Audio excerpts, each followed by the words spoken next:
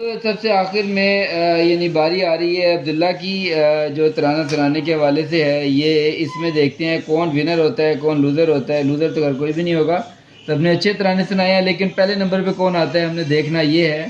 तो उससे यानी इस कंपटीशन के आखिरी पार्टिसिपेंट हैं अब्दुल्ला सैयद मोहम्मद अब्दुल्ला फ़ारानी।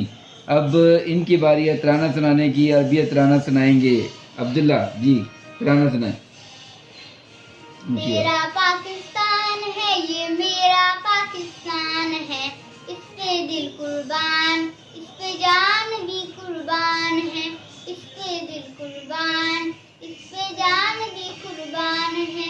इसकी बुनियादों में है तेरा लहू मेरा लहू, इससे तेरी आबरू है, इससे मेरी आबरू, इससे तेरा नाम है, इससे मेरी पहचान है।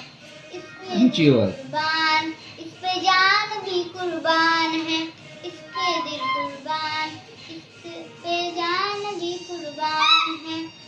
इससे तेरी आबरू है, इससे मेरी आबरू, इससे तेरा नाम है, इससे मेरी पहचान है।